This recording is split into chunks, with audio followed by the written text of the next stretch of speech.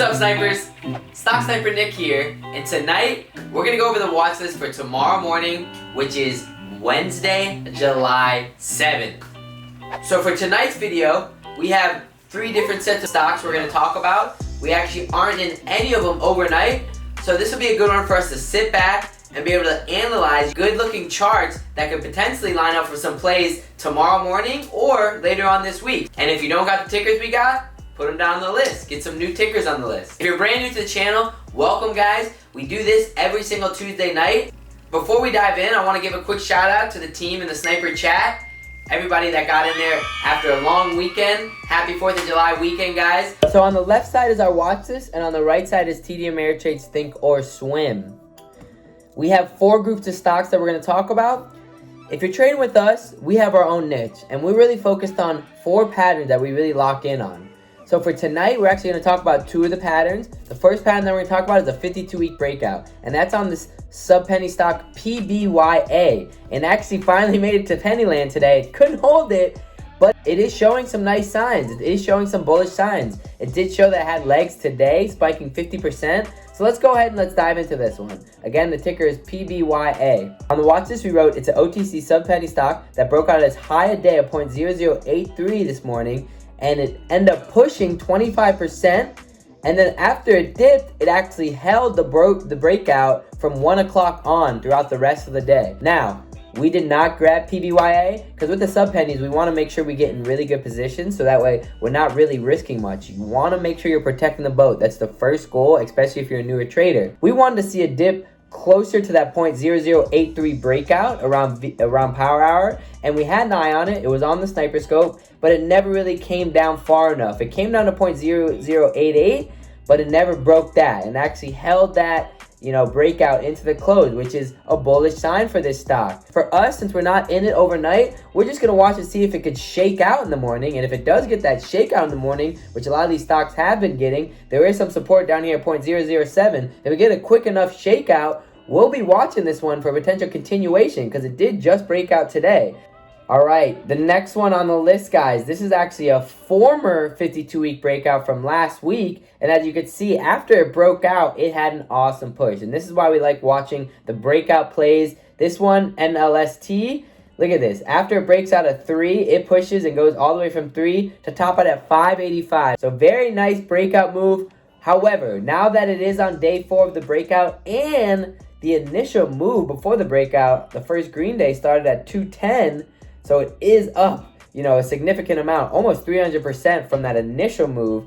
Now we're actually watching for a panic dip buy. With NLST, we think that shorts just got caught too early, just like with LWLG last week. That was a very impressive OTC stock to watch last week. If you guys are new, check this stock out. It went all the way from $4 to $17.20 last week. Unbelievable move, and this is a product of a short squeeze here, and with NLST, that's what we think we're seeing here as well. It's not as extreme with LWLG, but last week, if you watch this video, we said, we're expecting another short squeeze to happen. Now it is too overextended, so for us, we are not going to chase any breakouts. Right now, what we're watching for is a big pullback. We want to see that panic like LWLG offered. We want to see a quick dip, so that way we can see that 20-30% bounce. All right, and if this one dips, NLST, if it starts to dip tomorrow, we want to see a dip all the way down. We like the support down around this breakout, the initial breakout spot around the $3, 305 area. Let's see if we can crack 4 and get to the 3s. That'll be one to be interesting to watch for a potential bounce. All right, last but not least, guys, we have 3 stocks that are getting overextended like NLST. They were all breakouts. These ones were a little bit different than NLST because they're a little lower priced. Each one of these had just came from sub penny land not too long ago. They all made new fresh breakouts last week and they spiked over 100% on their moves. So with these stocks, first things first, we got to give them their kudos. They have legs. All 3 of these are ones that you want to put on your watch list because they showed that they had legs last week. DPLS, APTY, and MJWL. Those 3 are strong sub-penny stocks that are now, DPLS here is in 13-cent area. It's awesome to see. And then if you look at APTY, this one is a newer runner. This one just last week alone, this was on last week's watch list, one to watch when it broke over this 1-4 area, and after it broke over that, it has spiked almost 100%. This one, another breakout that, after it broke out of 13, it had spiked 100%. They're all overextended now, and a big pullback needs to happen with these ones.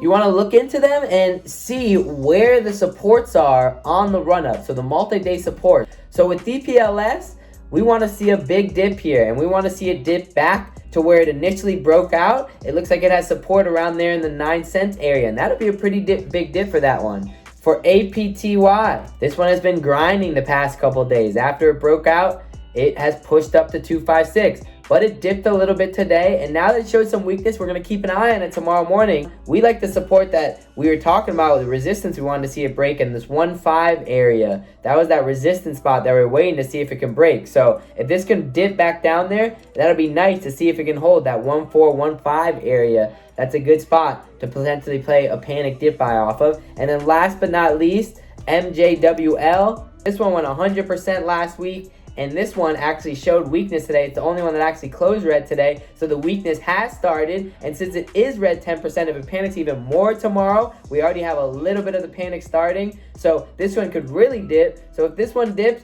we like to support down here in the 17-cent area that it made earlier last week, and the week before that, the end of the week before that. So that 17-cent area could be good. And then after that, if it really starts to panic, you got the 10-cent area. So those are some key spots. Much love, Sniper Team. As always, thank you guys for tuning in every single Tuesday night.